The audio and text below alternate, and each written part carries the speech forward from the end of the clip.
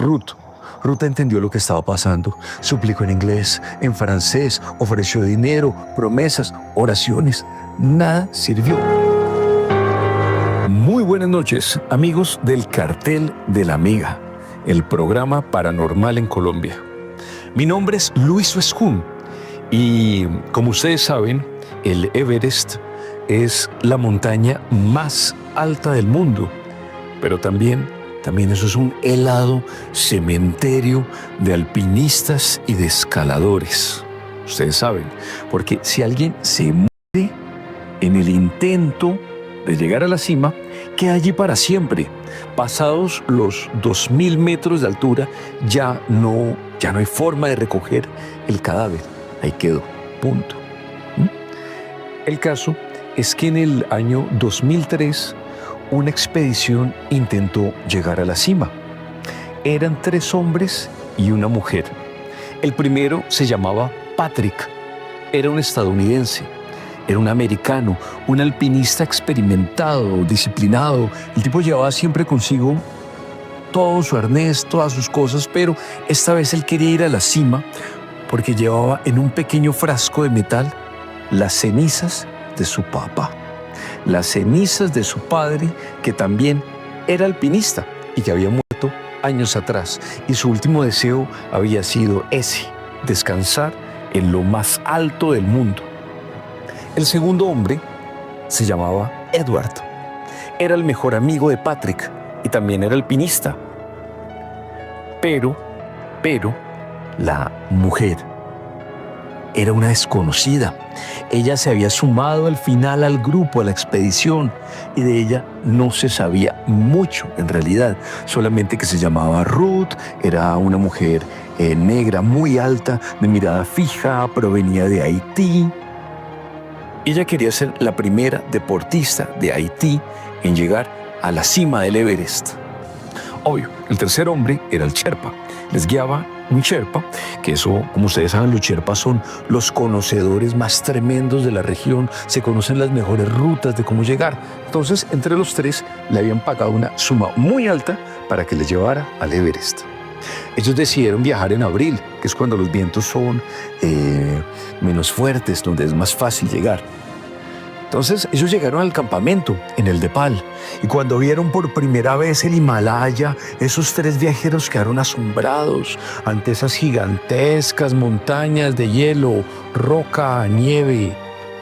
El Sherpa les dijo: escuche, el Everest, eso es un lugar sagrado y es mejor que todos recemos antes de subir. Obvio, Patrick y Edward eran católicos, le rezaron a Dios. Sin embargo, Ruth era de Haití, ella creía en el vudú y le rezó a sus dioses y a Papa Legba, que es una de las divinidades más importantes del vudú, Papa Legba, para que busquen. Entonces ellos tomaron sus maletas y empezaron la dura travesía.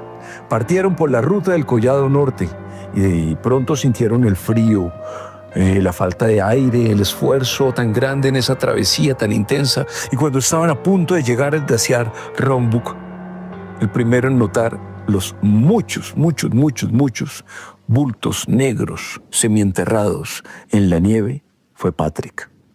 ¿Y qué son esos bultos?, preguntó.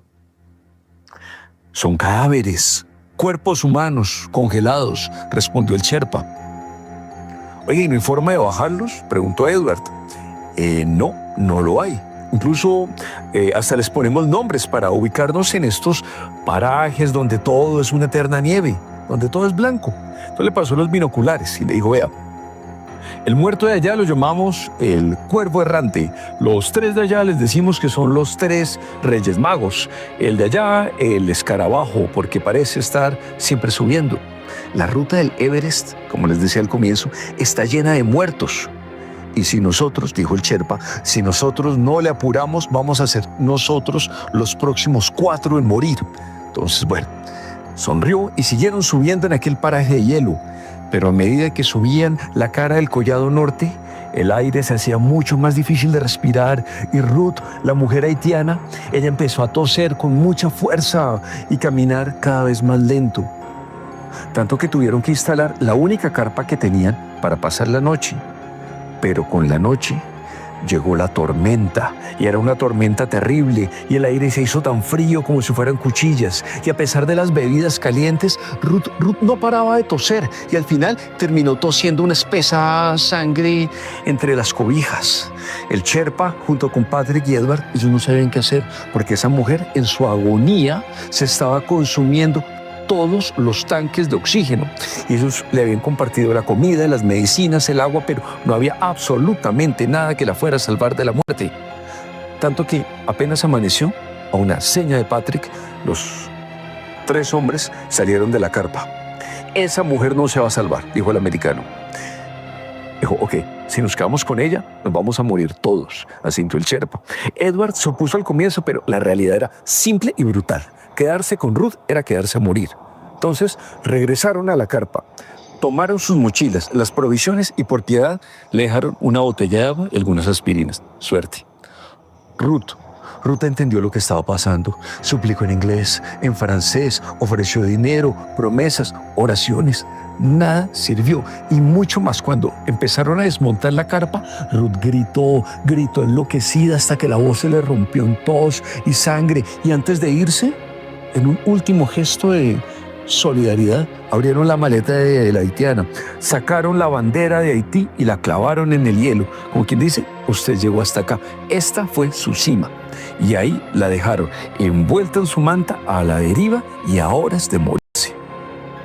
Punto. Apenas se alejaron, el clima mejoró, el cielo se abrió, el viento cedió, la montaña les decía, venga, continúe, pero al rato algo empezó a salir mal. No avanzaban, siempre caminaban en círculos, como si no les dejara subir a la cima. Tanto que Patrick tomó los binoculares y empezó a mirar, a buscar, a ubicarse, y miró hacia abajo. Y ahí, en ese momento, se dio cuenta que no estaba la bandera de Haití y que tampoco estaba el cuerpo de Ruth. No está la muerte, dijo, y tampoco la bandera. El Sherpa le dijo, bueno, vea, Seguro el viento la arrancó de su lugar y ella buscó una caverna para morir. Podía ser, pero lo cierto es que a medida que avanzaban en aquel paraje helado, seguían regresando a la misma meseta, como si estuvieran caminando en círculos. Y les empezó la angustia, y entonces el Sherpa tomó los binoculares, y esta vez fue él quien quedó perplejo.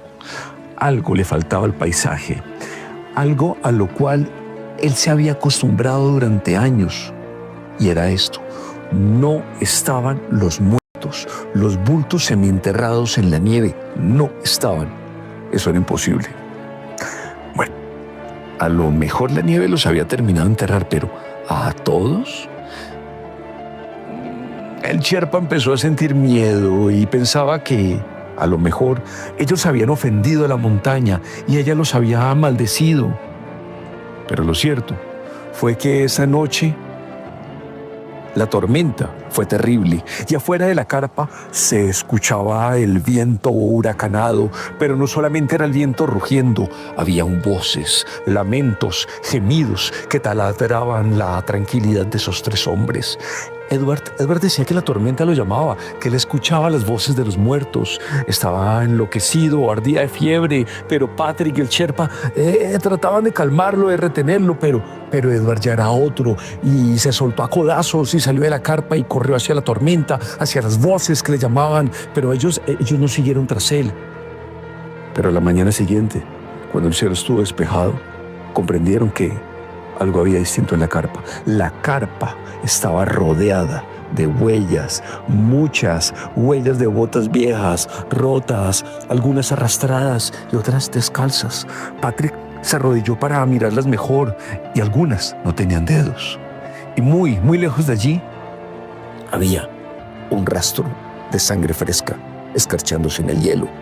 Buscaron a Edward durante 2 días. Gritaron su nombre hasta quedarse sin voz. Revisaron grietas, laderas, desniveles.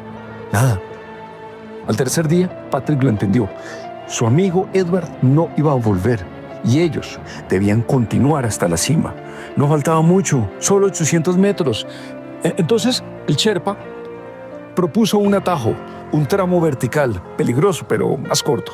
Entonces, abrió su arnés, sacó las afiladas, garras metálicas, y se llevó la soga de rescate. Entonces empezó a subir, asegurando cada punto, respirando con dificultad, clavando los crampones en el hielo duro. Y desde abajo, Patrick lo observaba hacerse cada vez más pequeño, más diminuto. Pero cuando el Sherpa llegó arriba, se detuvo, se quedó inmóvil. Patrick pensó que estaba descansando, pero de repente el Sherpa gritó. Fue un grito seco, quebrado, cargado de pánico, y luego cayó desde las alturas. El impacto fue brutal. El sonido de los huesos rompiéndose, eso resonó seco. El cuerpo estaba destrozado, las costillas hundidas, la boca abierta en un ángulo imposible, los ojos desorbitados, fijos en las alturas. Y con su último aliento, el Sherpa solamente decía: la bruja, los demonios, la bruja. Y así murió ahogado en su propia sangre. Entonces, Patrick, ya desesperado en cumplir su misión, tomó el arnés, cogió otra ruta más segura y decidió subir por su propia cuenta, así se demorara más en llegar. Y así, al final, llegó exhausto, después de muchos días, a la cima. La cima estaba nublada, la vista era extraordinaria. Entonces, tomó el frasco con las cenizas de su papá. Y cuando las iba a arrojar para cumplir su promesa, sintió el filo de un garfio cortando su cuello, su garganta, y vio cómo su sangre se elevaba con el viento helado. Pero cuando rodó de lado, él hubiera gritado si no tuviera la garganta cortada, porque ahí, tras la niebla, estaba Ruth, la haitiana muerta, con los ojos nublados y empuñando el garfio, y detrás de ella, cientos de muertos, y entre ellos estaba el Sherpa con su cabeza destrozada y Edward con un tremendo hueco en el estómago. Era una montaña de muertos. Y agonizante, Patrick levantó su mano pidiendo socorro, pero lo único que recibió fue una estacada en el estómago. Era la bandera de Haití, la tierra del vudú, porque no hay nada más implacable que la voluntad de un muerto empeñado en alcanzar la cima del mundo. Fin. Este es El Cartel Paranormal. El Cartel Paranormal.